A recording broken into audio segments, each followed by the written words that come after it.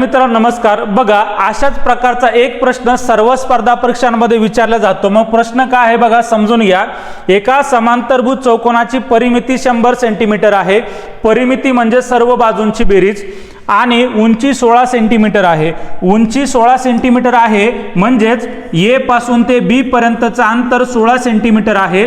तसेच डी पासून ते सी पर्यंतचं अंतर 16 सेंटीमीटर आहे।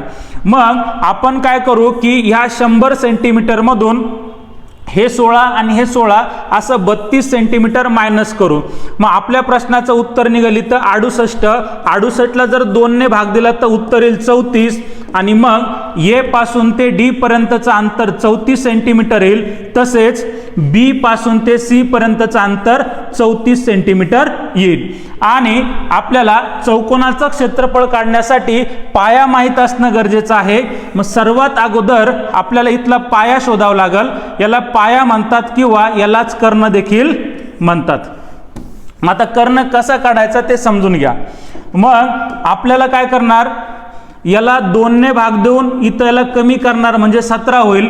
याला 2 ने भाग देऊन याला कमी करणार म्हणजे इथं 8 होईल। आणि आपल्याकडं 8, 15 आणि 17चा एक त्रिकूट आहे। या त्रिकुटाचा वापर करून आपण हा प्रश्न सोडवणार।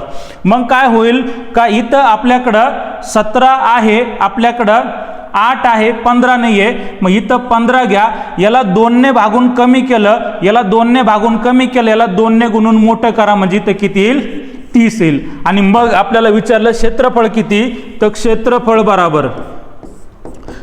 बरोबर असतं पाया गुणिले उंची। आणि मग पाया आहे 30 सेंटीमीटर गुणिले उंची आहे 16 सेंटीमीटर। मग इकडं 16 दुने 32, 16 त्रिक 48, 480 चौरस सेंटीमीटर हे आपल्या प्रश्नाचं उत्तर असेल, पर्याय क्रमांक 3।